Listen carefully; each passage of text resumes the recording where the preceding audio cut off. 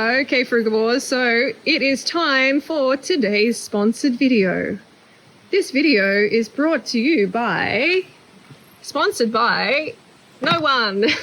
Yeah, no one. No one at all. It's not sponsored. I just wanted to make this kind of point of, this is not a sponsored video, and so many of these videos these days, on YouTube, like, sponsorship by this, blah, blah, blah, and you can't really trust these individuals' opinion when it is sponsored. You just have to keep that in mind, okay? So you want to do it as unbiased as possible. Yeah, this is not a paid opinion that I'm giving you. This is just what we believe is best. Privately, we even cover the labels, because then you judge the machines based on its performance, rather than it's like, oh, it's the brand, oh, I love this brand, it's really good. Yeah, we don't like this brand bullshit, really. So, yeah. So we just look at the stats. Like, we just look at what's the steel, what's the wood. So you're going to get the genuine, feedback from us. And then you can go and get something local. A product that is local and affordable for you. Rather than through an affiliate link where it might come halfway across the planet. Yeah. These are tools of the trade for the Frugivore diet to make your life easier.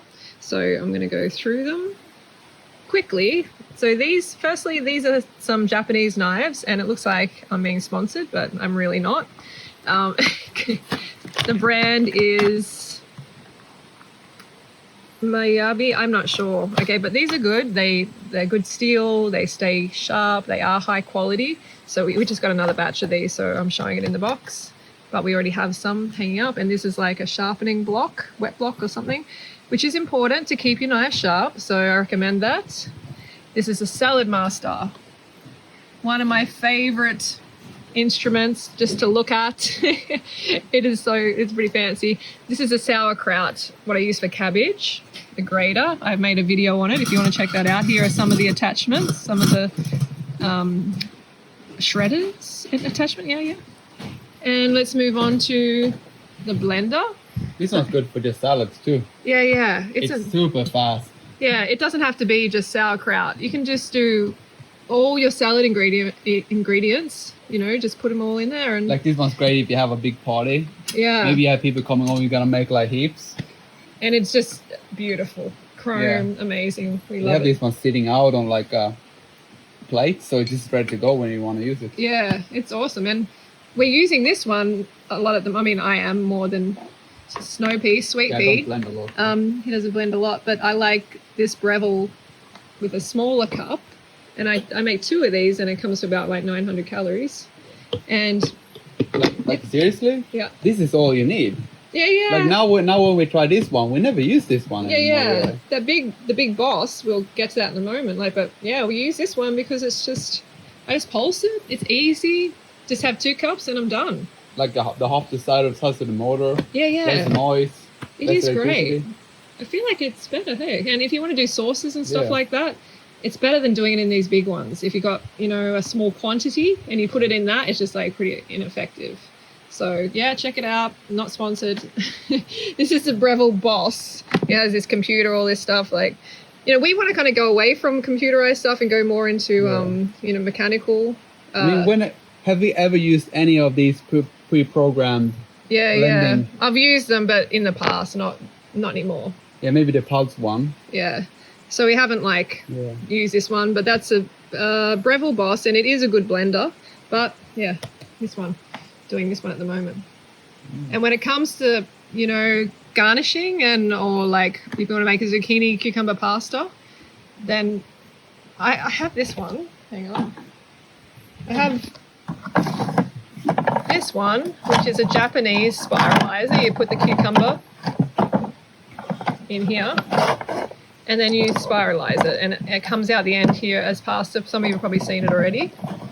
But I'm just finding myself like just reaching for the most convenient. It's like we're filming, like I reach for the phone rather than the like big DSLR camera. It's what's convenient at the end of the day. And this one, I got it at the secondhand store. I still got the label, $3.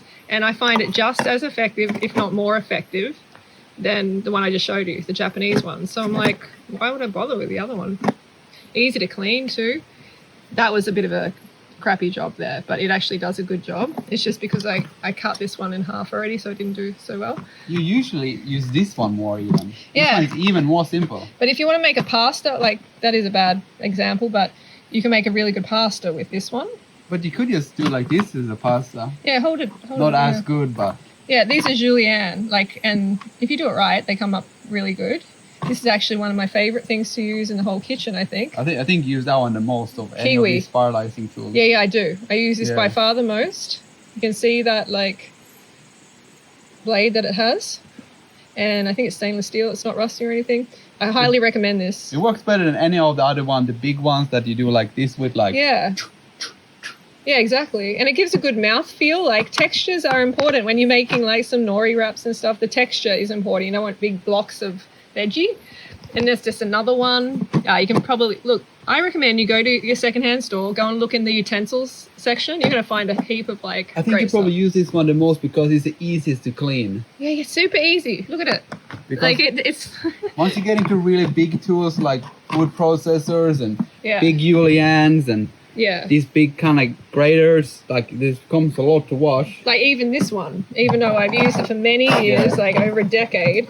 It is a pain to wash. Yeah, but it is a pain. because you get food stuff here. Yeah, and here, and I lost a blade as well. So, but it is a beauty. I do like the Japanese quality. I mean, maybe if you have a restaurant, this one will be good for you. Yeah. You know, because you can do like that heaps. But... That's true.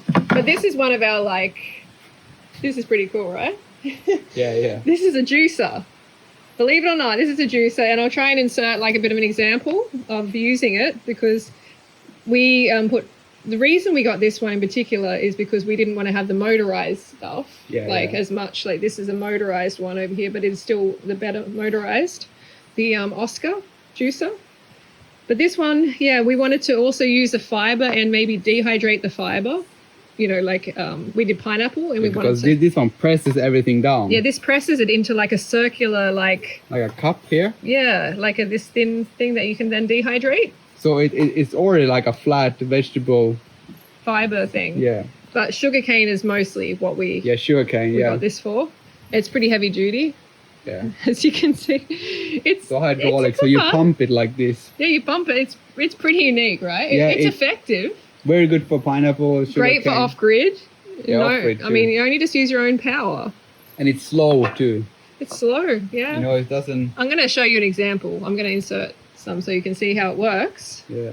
Or you can go even super more basic. You can't really do a pineapple in this. That's the best for oranges. You can't do a pineapple in this one, can you? Only an orange. We have a electrical orange juicer too, but it makes too much noise and too much to clean. Yeah, and this one does oranges. This one does a lot. Like you can make date and coconut rolls. You can make nut butters and all sorts of things. But we never use this one for juicing though. No, because we don't really juice. Yeah, we don't really. But you see, if we want to make juice, I think it's too much cleaning for juice for us. It's an awesome machine. I had mine for 20 years. Yeah. Like my original one. This is the second one. I still got the original, still works. But it is a good machine.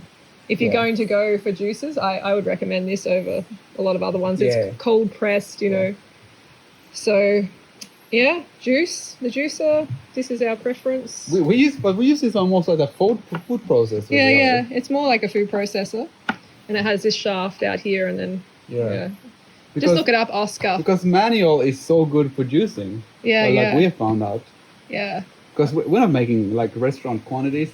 No, exactly. You know, we don't have to have one that creates huge quantities. That's right, and I think mostly we just eat whole food anyway, so we don't do a lot of this processing. But sometimes if I'm making a nori, and I want different textures, like I don't want it to be just like big chunks of cut up carrot and stuff. Like I'll use these like little bbit fancier tools. And this is another one I use every day. This is just like a zester, right? Like a garlic zester or lime, lemon, whatever.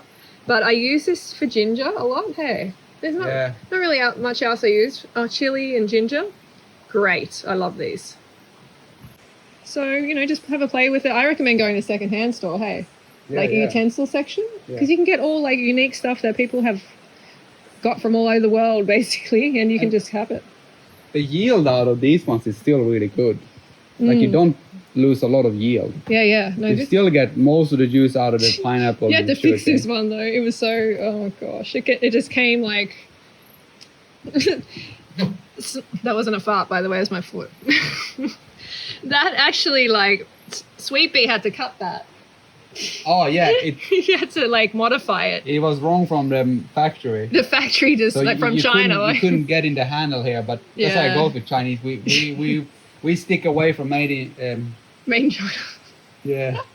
We Well, I avoid mean, made in China as far as possible. Yeah, obviously there's good stuff. It's just they're doing it to the standard that most of the world just kind of like accepts, you know, just pump it out quick. yeah, And yeah. we want more quality. You can build this yourself too. It's just a 10-ton or a 5-ton hydraulic press, and then you have an upper part and lower part. Pretty and then cool. You press it together. It's Easy to the build coolest yourself, juicer I've but- ever seen, I think.